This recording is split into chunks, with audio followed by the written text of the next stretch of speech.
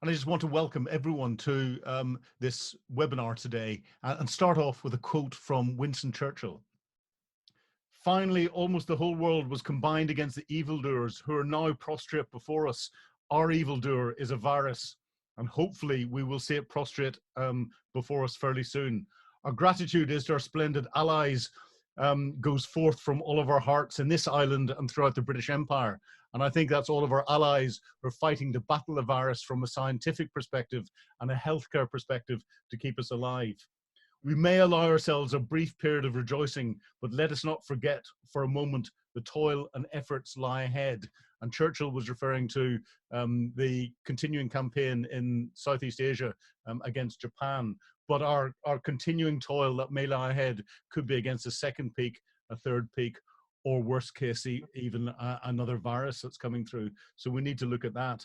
But welcome to this VE Day 75th anniversary lessons learned webinar where we're talking to Eric McNulty and Alice Bromwich. I'm Philip Ingram and I'm going to host you here today, but I'll, rather than me say who Eric is and read out something and Alice say, or me read out who Alice is, I'll let both of them explain themselves.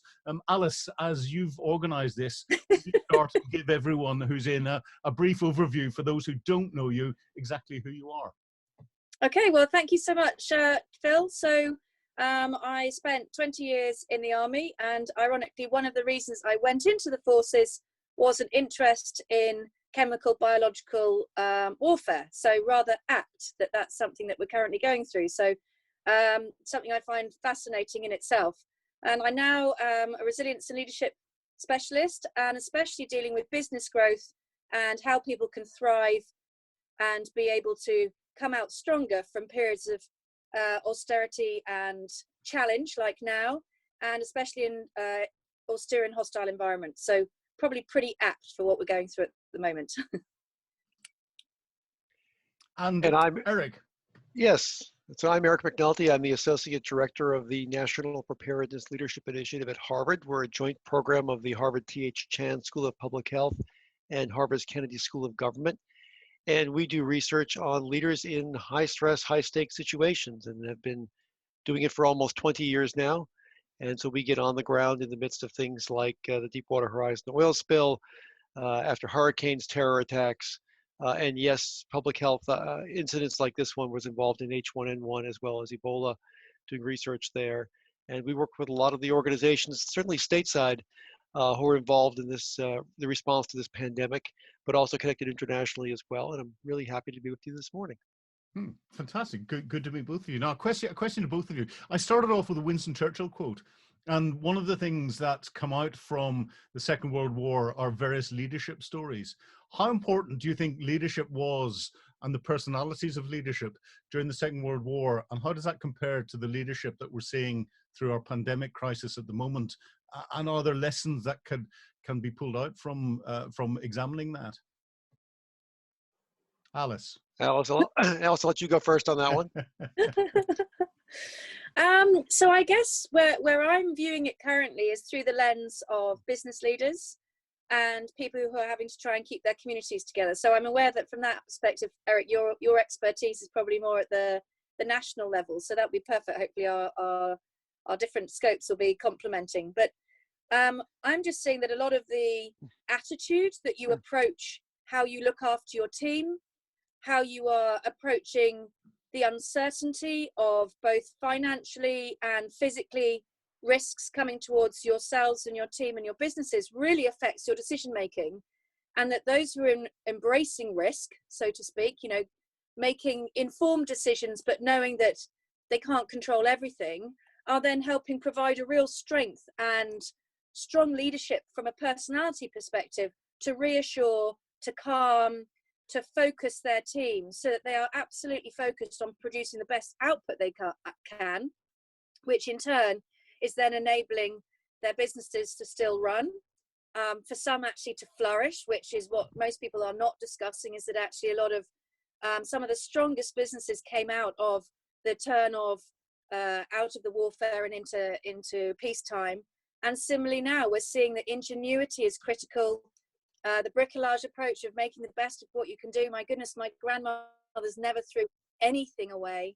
And I love that. So that is something that in the modern times, we can really have our personality lead the way for teams so that they can be reassured and work well, even when everything else might feel very uncertain and create a lot of question marks in people's minds about what to focus on and where to go. And I would say at the national level that leadership is absolutely critical then and now. But one of the things I've noticed in studying a lot of historical events over time is that perhaps because of our age-old narrative tradition that wants a protagonist and an antagonist, we tend to boil things down to a couple of key people, when actually it's the efforts of many, many who lead through a major event, be it a world war or the pandemic now. And so we look back on World War II and we boil it down to Churchill and Monty and FDR and Ike, but there were lots of people leading at many levels who got us through that. There were many important points when decisions had to be made, action had to be taken, and people stepped forward. And I think looking at now, we're seeing that, and certainly here in the States where, and I'm not going to go deep into questions about the federal leadership on this side, but let's say it is they've opted to not take a strong centralized approach. It's been consistently pushed out to our state governors, to localities, to figure it out, do it local. And our disaster response system is built bottom up. It's always been felt that the best action is taken locally. And there are times when the federal government says that's how we're going to play this. And so I think when we write the story of this, we're going to look at particularly the governors, but also a number of mayors who really have stepped forward and have done what you need to do in a crisis, which is to pull people together. People naturally want to come together in the face of a common threat, but really get them to put aside differences, to come together, unite in a higher purpose than any of their individual fates. And that's how we got through the war. That's how we're going to get through this. And the more people, and be it business leaders, government leaders, nonprofit leaders, can harness that natural behavior to want to come together, I think the better we're going to be over time. It's interesting. It's you know, if you look at the Second World War and you look at what's going on now across the globe, there's the leadership aspect to it, and we've concentrated. We're looked at sort of UK leadership and US leadership, but around the globe, we've got the Chinese leadership, a different approach. We've got Vladimir Putin, his approach. We've got Jacinda Ardern in New Zealand. Arguably a model that could be held up for all leaders across the globe in her approach, but it's easy when you're at the end of a spoke rather than that at the center of a hub in dealing with a pandemic like this.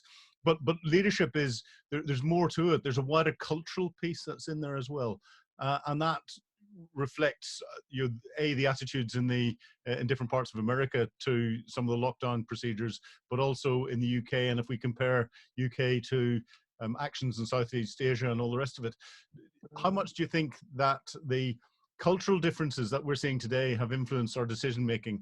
And do you think that cultural differences during the Second World War potentially influenced the way some of the elements of that were approached and the way the celebration of the end of the war was then looked at across the board? Eric, do you want to lead? Sure. Well, I think it's a really interesting question, and I've always asked the question, sort of, where does leadership live? Does it live in that individual we put as the quote unquote leader because they are head of something? Or does it live in the relationship between those who lead and those who follow? And I'm very much a believer it exists in the relationship. That's where the magic happens. It isn't that one person wears a cape and tights and is a superhero and can just sort of instantly do this. It is a relationship, and those relationships are very much culturally driven. And so you see approaches that are different around the world with different outcomes. I will say, I think now in World War II, and granted wasn't there, but had stories from my parents and grandparents who were, that there was a great belief in country. There was a great belief in there was something worth fighting for. And you recall that there was a largely volunteer service in many ways, and people were lining up to sign up to go fight. Which is not something we see today. Although we do see people stepping up and wanting to volunteer to fight this pandemic and saying, how can I get involved? You see people making masks at home. You see people contributing where they can. I think the interesting cultural piece as we look at now and figure where we're going to go, you see an increasing number of analyses looking at where things seem to be going best. And they seem to be going best where we have female leaders, and which is a great departure from what we had in World War II. But we look at Jacinda Ardern, we look at Angela Merkel, we look at various places around the world, and even on the corporate side. And there's lots of speculation as to why that is. Maybe we're just getting smart enough to let women lead, which is long overdue.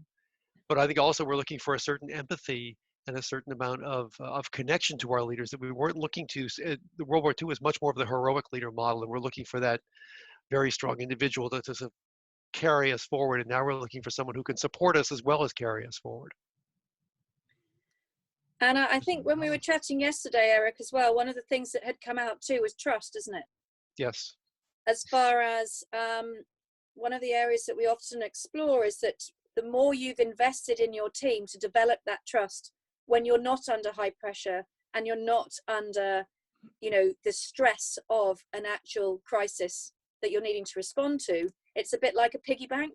You're putting in the chips where you've taken the time and energy to build the trust with your team, to ensure that actually you understand what their motivators are, you're understanding potentially what their pinch points are, so that by the time you're coming into like now, you are ready to be able to make far swifter, quicker decisions, knowing already where your team sits and that you hold the trust from them. And I think that empathetic aspect that you were mentioning, definitely for me, is where if somebody's invested time and energy early on, and you look at things like in the war with our own royal family, they'd spend a lot of time down in the East End, visiting people who'd been affected by the Blitz, building that trust, going into the forces themselves for our Queen at the moment, you know, just being amongst each other and understanding the human aspect of the impacts of war and the impacts of high stress positions, and not seeing this void of work and life. And I think now we're all having to be at home. We need to trust our leaders, be that at our own businesses, business level or a team level or at national level. And the empathy part is a very strong component of that. It's interesting you bring out the trust bit. And during the Second World War, it was quite clear that there was this national focus and international focus from the Allies' perspective. And I'm sure it was the same on the Axis perspective in what they're doing, albeit maybe not as gelled together. How much do you think, bringing into the modern age, that our adversarial approach to politics and the way that causes our media then to be adversarial in the way it is questioning the decision-making of our leaders and our leadership organizations is contributing to holding power to account or undermining our approach from a national perspective to try and deal with the current pandemic? Good question. So I guess all I can say is, from a personal perspective, I don't like the adversarial approach. I think that it breeds fear. I think it's very unhelpful, and it's more of a carrot rather than a stick. So yes, we're all joining together because I think that's been our natural response, is to come together as human beings and to share finding a solution as well as the challenge. But I think the continual trying to always vilify and find somebody that's done something wrong rather than actually bringing out the good that people are doing can be quite exhausting. And actually, of all the people I speak to on a daily basis, doing the coaching, doing the development, courses that we run, there's a real drive to create positive change where they can create a lasting legacy. And like you mentioned at the start with Churchill saying, let's celebrate now that it was coming to an end. And we look forward to that piece for the corona part, but it's also appreciating that something good has to come out of this, and is therefore looking with almost a relatively positive lens to work out how can we create good from the bad. And sometimes the adversarial approach from the press that I see as a layperson, I just find can be quite deconstructing rather than constructive. That's probably not a very great word for it, but I don't find it really it's not encouraging us to find solutions. It's encouraging us to almost pick each other apart. And I don't really think that's always very helpful. Yeah, Eric, are you seeing the same in the States? Absolutely, and I think I also am not a big fan of the adversarial approach. I mean, we have a common enemy here, which is the virus, and that's usually enough to bring people together. But in this case, it has not been, and I think it's in part because before this ever hit, we had already seen the forces of separatism, of nation first, opposition to globalism rising, and be that in the UK, in the States, other parts of Europe, we've seen it, excuse me, rising, and so there was a feeling already of sort of go it alone. Yet, if there's ever a time to come together and be together, it's in a global pandemic. What's making this particular crisis so distinct right now is that it affects absolutely all of us, and we're not going to defeat this alone. You're not going to defeat it in Britain if it isn't defeated everywhere else. It isn't going to be defeated in the States if it isn't defeated everywhere else. And so I think this is a time to come together. Although I think we've had, in not to get too much into politics, but both of our national leaders came to power riding with an adversarial approach. It was Brexit in the UK. It was America first here in the States. And there's a natural tendency, I think, in them to see, here's how I got power. Here's how I want to keep power. And I think you really have to pivot. And this is a really important thing for businesses, for any organization, or any nation right now, is to know how to pivot in crisis. And that means you need to know what stays the same and what you change. So when you're pivoting, you're keeping one foot planted and one foot's moving.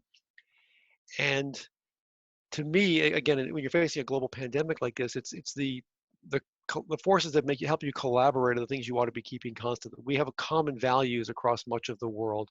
None of us wants to see a global recession or depression. None of us wants to see more people die from this disease.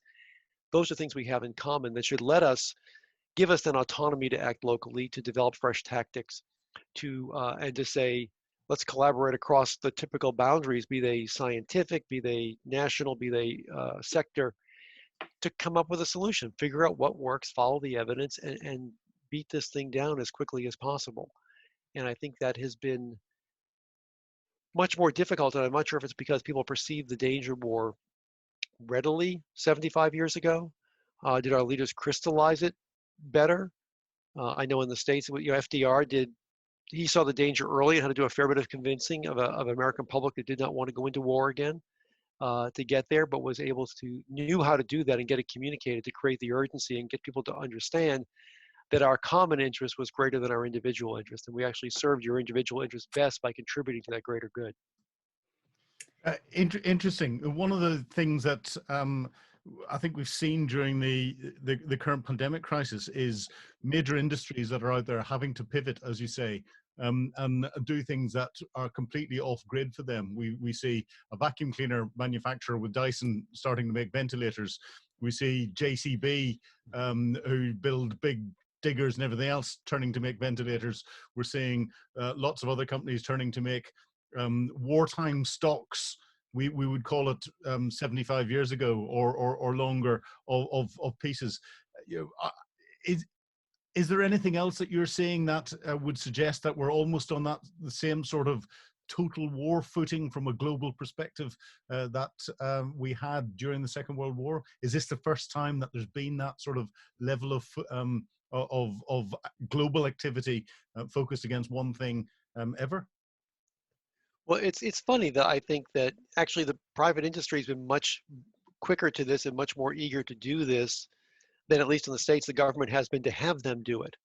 And I think we're seeing much more. We've seen an evolution of much more purpose-driven business and business executives understanding that part of how you get your employees to commit and to work and to engage to their fullest is to know that they are creating some good in the world through the products and services you make. And so we have seen it, the industries you mentioned. We've got General Motors and others here. I just got a mailer last evening from an apparel manufacturer here in the States that said the whole thing saying, we're no longer making jeans, we're making masks. So you may have some out of stock if you try and order from us. And so I think there's some real eagerness to jump in and be part of this. And in World War II, I think the government was sort of helping organize and trying to stimulate the push. And now we have a case where government, at least again here at stateside, is getting in the way a bit and not making it as easy for people to jump in, but it's not stopping people. They're working independently. They're working in regional and local levels to contribute wherever they can. And Colonel Phil, I think you'll probably agree with me that there's nothing like fear of death to focus the mind. Yes. And I remember looking at some of the films of the war girls and things where everyone's doing their bit. There's been loads of footage this week about the women going to run the anti-aircraft guns, of the females being the pilots that were building the aircraft to then fly them down for the RAF male pilots to go out into Europe. But that piece of everybody wanting to do their bit, and when you're asking as far as has there been a global difference, we finally got something that encourages to coordinate and communicate. And like you say, it's against a common evil that isn't national. It doesn't matter what age you are, to an extent. It doesn't matter what social economic position you come from. It doesn't really matter what shape, size, or variety you're coming from. If it's decided that it's coming and knocking on your door, then it's our own actions of how we deal with it and how our families deal with it, how we deal with each other, that helps almost bond us against a common evil.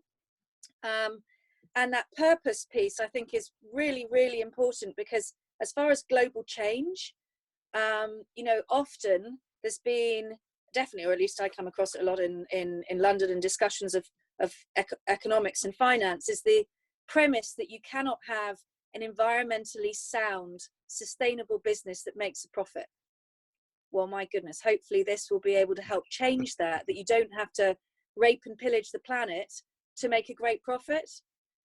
Think now we've got environmentally friendly ways of being able to find energy at a home level as well as a national level, looking at how do we, when we return to work, how do we do that in a far more sustainable environment, as far as people are suddenly realizing they can do loads of stuff from home. And so you don't need the emissions that we've had in the past. And that kind of ESG piece that's been a bit of a, I'm going to tick the box, so it doesn't really matter. I'm seeing really some proper investment of time, energy and effort into, okay, what do our new ways of working look like? And how can we actually be more efficient, which will in the longer term also make the businesses more resilient and more profitable. And obviously in the wartime, that's exactly what was happening as well. Everyone was all hands to the pump. Didn't matter who you are, it was what skill set did you have. I mean, and I know when we were chatting about grandparents, my grandmother was over in, she could speak very good German, so she was over in Berlin and she was helping the Jews get out of Berlin. Well, and then the next part was her traveling to a different area. But for the resilience side, her family wasn't living together. They spread to the four winds and had to escape across Europe just to survive. So I think it's that kind of strategic impact that you can have, even though it's a family or a tactical activity that you might be undertaking as well, that's also coming to the fore. Yeah, I think before we get on to looking at the new normal and everything else, there's a couple of other things I want to explore. However, for those that are listening, if anyone wants to explore any particular questions, there's a chat box at the bottom of the screen. Please feel free to put it in there, and I will bring the questions in. But the one thing that has come out from my perspective in this that has been very similar to activities during the Second World War has been what POTUS loves to describe as fake news.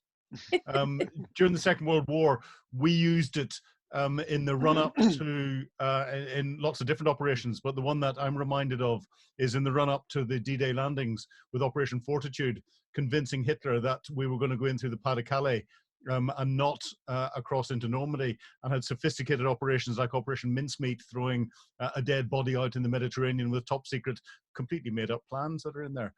We're now seeing fake news, disinformation and misinformation playing a major role in the pandemic. Are there any lessons that we can learn from what happened during World War II to how we can apply now? And why do you think people are jumping up and down about it now if we've known about it for so long? Well, I think you're right, we've known about it for a long time. I think that one of the big differences now is that while there was clearly fake news and the Nazis were broadcasting things against us and trying to change minds and shape events, as were the Allies against the Axis. The difference now, I think, is that it's more internal.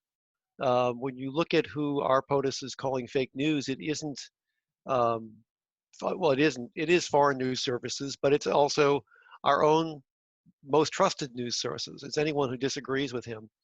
And we also have seen over time a, uh, a degrading of trust, back to Alice's topic, in institutions in general. And this goes across, parties in power and everything else. The Edelman Trust Barometer is a good place to go look and see what's happened. But really, it has come down in business and media, in government, to a lesser extent in nonprofits, organizations. But there's less of a trust in institutions. So we are not looking at. We now have alternative facts. We look at when something comes out, it's immediately conspiracy theories. No matter if it's left, they have a conspiracy theory about the right, and vice versa. So there's always this questioning. And I think back, the touchstone to me on this is that down in my basement here in Boston, in a box, I have a series of scrapbooks my father kept in his early teens about Mussolini's invasion of Ethiopia.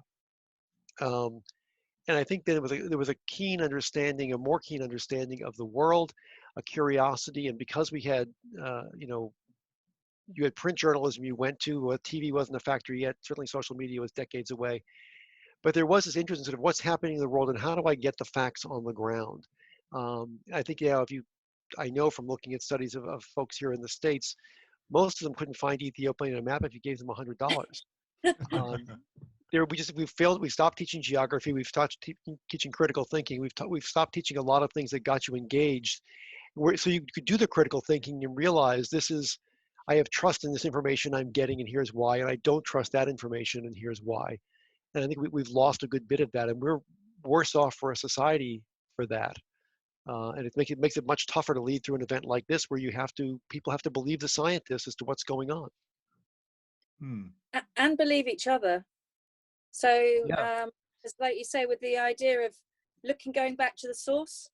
So even as I was coming out of the army and then coming into my new domain now, each time I try and be learning something, as soon as I got to kind of 2 or 3 layers away from the person who'd actually designed that model or that theory, I found it got watered down.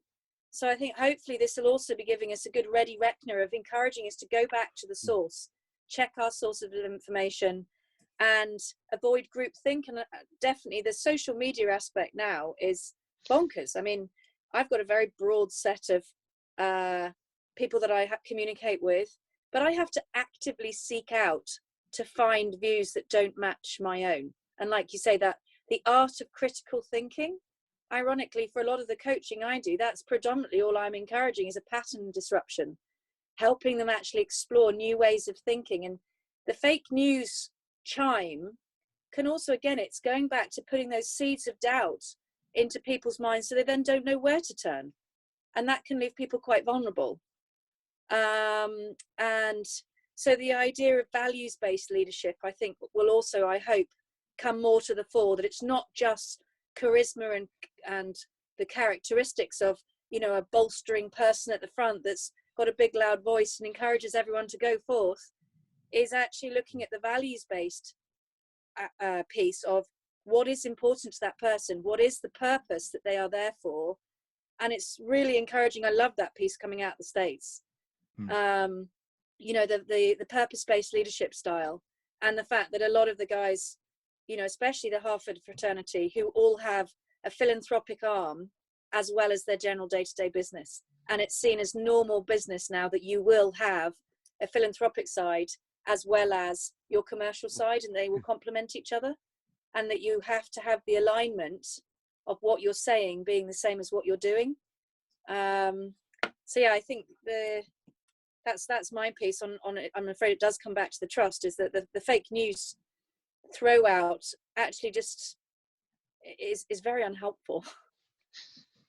But will always be there and is being enabled more and more, especially when some countries have it as part of their doctrinal philosophy, and other leaders are bringing it out as part of their daily activity in what's going on. But at the end of a conflict, the winning side writes the history books. Who's going to write the history book of how we're getting out of this pandemic, and what lessons do you think are going to be put into that history book, or are we going to have so many different versions of it depending on where you are in the world? Alice, you want to start with that? So I guess the lens I'm currently getting most exploration from is Africa. Chatting to the Mambas yesterday and from the conservation community, that's which doesn't necessarily relate back necessarily to the my knowledge of the Second World War that well, because I haven't studied that area very well. But it's the fact that actually the armed elements that are able to work in an impartial manner, but that are not partisan, are also being able to help look after the unregulated space. And so you're also seeing a power share where potentially traditionally it would only have been through the military or through police. And actually now you have things like the armed anti-poaching units across Eastern and Southern Africa who are helping provide security and regulation into arenas where otherwise you could have pillaging and people in very unstable economic situations, food scarcity, and the fear of what happens if they get sick. I guess very similar to during the war, the fear of, lots of people moved to the countryside, so the closer access to food. The fear of you hear a siren and you're having to go underground. It's that unknown aspect. So I guess from that perspective, the African piece I see is a real strength coming out. Their fortitude of the Kenyans, Zimbabweans have been speaking to, and the South Africans, and their resilience is just, really inspiring from my perspective. I just think they're doing an amazing job, given how little resource they have. Yeah, do you think history will actually capture that, or do you think it's going back to an earlier point, our adversarial approach to our political systems and the way our press is questioning everything, certainly the press in the West, will lead to so many different variants of history, because people will want to try and come at it from a defensive perspective rather than an understanding perspective and a capturing what has actually happened, so that we can pull the real lessons out of it. I think that will often, from my perspective, I think that will be largely dependent on what the press chooses to cover. So, at the moment, there isn't a huge variety of stories. They're wanting to go pretty much on single stories. How the security forces respond as people come out and they're going to be scared and they're going to be potentially not having much food and trying to work out, how to make ends meet. And so, the whole Maslow's hierarchy of needs, you're really down at the bottom layer at the moment of water, food, security, roof over your head, any form of income. So at the moment, the UK government, for example, has taken massive steps to try and provide that stability for us. That's not available everywhere. And I think it will depend on whether we go into a blame game, and therefore whether people try and exploit the outcome for their own political gain, and how the press responds to that, and whether they will give us an honest and true, as much as that can ever be, view of what is going on, or whether it starts to be more scaremongering that then builds up fear, and then you'll get into far-reaching negative impacts of violence and retributions and various other things, which we've all seen in counterinsurgency is never pleasant. And Eric? I think it's too early to know who will write the history books, because it's too early to know who's going to win. If we're trying to draw our parallels between World War II and now, I think we're somewhere around our Dunkirk moment and heading into the Battle of Britain. In that Literally. we've gotten through this. We're beginning to get through this first wave, but it has not been pretty, and I wouldn't call it a victory. We've had, the death count here in the U.S. continues to escalate, and is projected to escalate for several months more. And I know we'll get to our new normal discussion, but the possibility of a second wave, a third wave that could be far worse, we have to see how well we do. I do think we're at a very important choice point, as we were at the end of World War II. Linking back, Europe, Britain lay in ruins, as did much of Asia. We had that global carnage, and we had to make a decision: were we going to invest in each other and build things up and work together, or were we going to leave everybody on their own and just sort of everyone pack up your kit and go home? and we decided to invest and do this together. I think the choice point now is, do we continue to battle against nature, or do we realize that that's battling against ourselves? And what Alice talked about in Africa, and Alice and I got to know each other through mamas and an interest in elephants.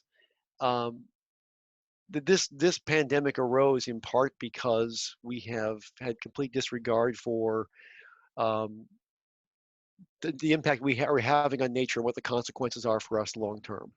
And the more we continue to disregard that, the more we're going to see pandemics. And think before we even were thinking about COVID, we could have gotten together and talked about major wildfires around the globe, flooding, locusts in Africa, all kinds of serious disruption.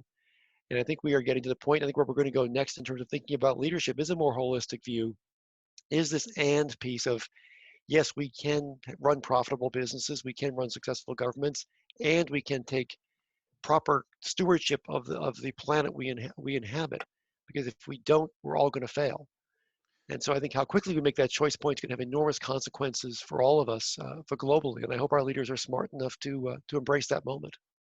So do you think that this pandemic could actually be Mother Nature just turning around and saying, hey, human race, I've lent you this. Yes. I can wipe you out with something that you can't see, you've got nothing to deal with, and I can do it very quickly indeed. Wake up and smell the coffee. Absolutely. And I think there's a quote from Wendell Berry, who's a convener here in a person who rallies in favor of nature here in the States. I'm not sure if it'll translate from baseball to cricket, but we'll try. He said that Mother Nature always bats last, and she always bats 1,000.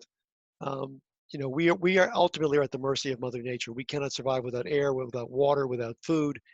And so to the extent that we abuse the systems that make all those possible, we're just hurting ourselves in the long run. And I think we are beginning to see, certainly in business, as Alice mentioned, and in some national governments, a realization that you have to look at both long-term and short-term, and you have to understand what the consequences are going to be, and how do we build a future where we are sure we're going to thrive. And that's in part by making sure lots of other species thrive. Hmm. And Alice, you're tied in with helping to make other species thrive through the mambas and the rhinos in Africa. And we're seeing that actually poaching is increasing in Africa as poverty hits and people are looking for meat, but other alternative sources of income, which is not what we'd want to see in this. I think it's really interesting because from that perspective, on one hand, you've seen the kind of shutdown of the wildlife market. So we have seen a reduction in the kind of the pull factor of arguably where a lot of the wildlife was going. But the motivator for why people would now be going in to take to utilize the wildlife as a meat source and a food source is very different motivators. And that's very hard, I think, for us to critique those that are looking for something to sustain themselves and their families in comparison to the organized crime element of the international wildlife trade, which is essentially exploiting a nation and its resource to take it for their own use. And I think that's going to be an ethical challenge now, as essentially meat is what humans eat in many arenas, and as people become more desperate, and we're also, it comes back to leadership. Who is paying their rangers? Who is still ensuring that the rangers have got food to be able to go out on patrol with? And I've been really, really lucky that in London, people have been very forthcoming, and over the last few months, I've done lots of speaking events. So we were able to send over £8,000, which doesn't sound huge, but that's essentially enough food and fuel to keep the Mambas going for the first 2 months of COVID, when all around them, the rangers are being left with nothing. So even if we bring into what can we do as an individual, we can make sure that the reserves we decide to go to, when the shutters come up, who did look after their staff? Who was making sure that actually, be it UK, US, Africa, anywhere around the globe, that they were putting their staff first and their profit margin second? And, from that aspect, a lot of this piece coming out within, the poaching arena, like you say, it's not the same driver. So yes, the numbers potentially are going up, but it's not necessarily from the organized crime syndicates. It's also now people coming towards desperation. And those are very different motivators to try and counter. Oh, we've got a couple of questions that are coming in from those that are listening. Rebecca and Duncan have put a point in that realistically, business-wise, they feel that, and this is about fake news, it's best just to shut it out, and if possible, measure it in terms of thinking time, and ask the question: is it worth time thinking about, or should we just use our thinking time better? I think we've answered that, in that there's so much more that we should be thinking about. However, we need to understand that fake news is having an effect, an impact on some people who are not doing the thinking and thinking around it. And then Barry has come in to say, I think we've become increasingly self-serving and isolated. And as long as we have an adversarial type of leadership we're experiencing, we will not be able to think globally, let alone nationally. I think the one thing the Second World War did was got us to think from an allied powers perspective, and a global perspective from that side of things. And it's interesting, and I'll use this to lead into a new normal discussion for our last few minutes, but it's interesting that as we came out of the Second World War, an awful lot of effort was put by the Allies into then rebuilding the Axis powers in a way to enable a normal to come in for them. What are your thoughts on the normal that we're going to come into if we ever get out of this? Well, we've got to get out at some stage. Do we? Let's hope. Let's hope. Well, so you know what? Go ahead, Alice. I guess what will we do versus what am I hoping we're going to do? I hope that we will be more empathetic towards each other. I hope that we will look at a national and global level to see what each one of us can do to create positive change at, starting at home, literally, as far as what is it that we are choosing to bring into our homes? How are we choosing to live our lives? Therefore, as leaders, how can we encourage a more collaborative approach that enables those conflicts that in the past have potentially been between how you look after your family and how you serve your business, that those actually become more at one? And that we are, like Eric, like you said, we are far more responsible with respecting Mother Nature. I'm very fortunate. I obviously take people out into the Arctic and down in South Africa. And one of the realms that I help take people and stretch them in is the fear of the unknown. But using nature and awe to put them into a place where it's so beautiful that it's worth taking that risk. And I hope that we will use our own imaginations and the access to new technology and hopefully the globalized view of what's within the art of the possible now to be able to create a much better future for us all to go into that does enable us better and far better balance. No, I fully agree with that. And I think that the challenge now, and I think this goes a bit to Rebecca and Duncan's comment about what to read, what to be following now, is, it's a good time to be reaching up for a higher level of complexity in one's thinking and how we understand the world. The framework we use at the MPLI at Harvard, and in that book over my shoulder called Eureka, is called meta leadership. And that meta prefix is meant to remind people to pull back and see that bigger picture, then try and understand the complexity, the interdependencies that we don't always see on the surface. And we're seeing one now, the interdependencies across the globe and in our food systems, in our relationship with nature. And so I think that we can, yes, you have to keep up with the news and be somewhat informed. I think that's important.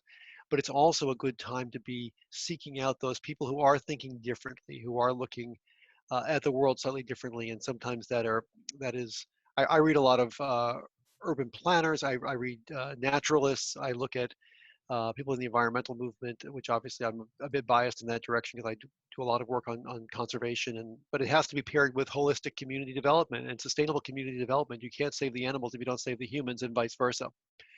And so the more we understand that, and the more, get back to a point that Alice made earlier, to get away from this either or thinking to and thinking.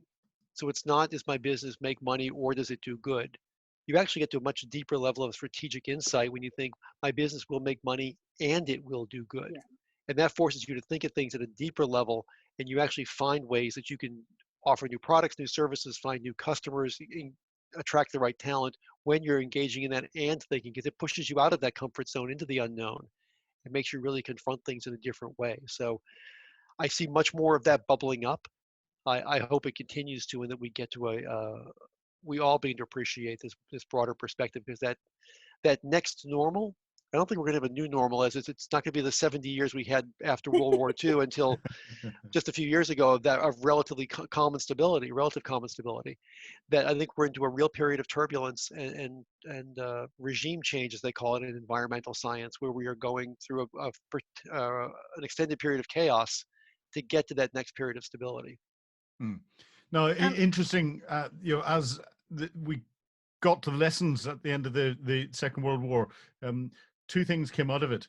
The first one was a complete horror that was exemplified by the Holocaust and the liberation of the concentration camps. And the second thing that came out of it was a number of examples of good that happened. So, two questions, if I may, to you. What do you think the horror is going to be for us as we come out of the COVID-19 pandemic? And what are the examples of good that you're seeing that are things that we hope will continue after this? Well, I think we're seeing lots of good. Oh, I'll say you were thinking, Alice, so I was going to jump in. Yeah, good. I'll let you give the close here. That I think we're seeing lots of good in the way people are, everything from people coming out to applaud healthcare workers and public health workers and acknowledge them to it, and an understanding that people who are bagging our groceries are essential workers, and a real appreciation for everyone's contribution. And so that is good to say, and people jumping in, be it making masks, be it rolling burritos to give to people at the front lines, whatever it is. We really are seeing a lot of altruism come forward and people putting a greater cause first. I think the horror is going to be to realize that this is not the end. This is somewhere in the beginning to the middle of a period of extended turbulence, and we are going. You hear a lot of talk now of, will this pandemic get us to finally concentrate on climate change? We'll see if it does or it doesn't, but climate change is coming one way or another. Forecasts of 1 billion climate refugees over the next couple of decades. That's a lot of people who are desperate and going to move places because they have to, and how we think about that, how we deal with it, and it's going to unsettle a lot of what we've taken for granted. And we don't seize the opportunity now to be more positive about it and get a hold of it and try and solve those problems. We're in for a world of hurt. Yeah. Interesting. Alice? Horror's good. So when we were chatting briefly, slightly off from the VE piece, but as far as the horror, I think most people didn't really understand what had happened in the concentration camps. And you and I both served in Germany, and I love the Germans, I hasten to add, so please don't, that's not a negative piece. Is taking the soldiers to the concentration camps opened their minds more than anything they could ever see in a book or watch in a film. And because you can actually feel it. I think until we come out of this and it's palpable as far as when we walk back into the places that we used to work in, that we used to travel in, we won't necessarily know who's no longer there. And we don't know in Africa whether it hasn't hit yet, whether they'll be bypassed, or whether actually the worst is to come. And I think the exploitation of the vulnerable, those who don't have any money, those who don't have food, that will be, ripe for organized crime to be able to take over from, is definitely a concern for me when I look around. We're in these wonderful places where we've got electricity, we've got a home, we've got running water, we've got sanitation. There's many parts of the globe that's not the case. And we're already starting to hear some of the stories of, somebody from the organized crime networks will come and knock on your door and say, would you like your business to be purchased? I can pay you in cash. So where those who are cash rich and imagination rich will be able to prosper, and potentially those who are very vulnerable not being looked after, depending on how we respond. And I think from a good point, gratitude. I hope that now for every day that people wake up, they can be grateful for the fact that actually we've got the sunrises and that we are alive each day in whatever shape or form that is, and to be more grateful for the little things in life, being able to have our families with us, being able to have our own health, for there are many who haven't. And gratitude is definitely a mindset. So I hope that it will make us more gracious with what we do have and can therefore share. And innovation. I mean, we all know, as soon as you're stuck, like we were saying earlier, you know, mortality creates a very quick focus of the mind. And, you know, that's nature for us. And that creates innovation. That forces us to be innovative and find different solutions to the current problems. I think that's a really exciting place for us to be.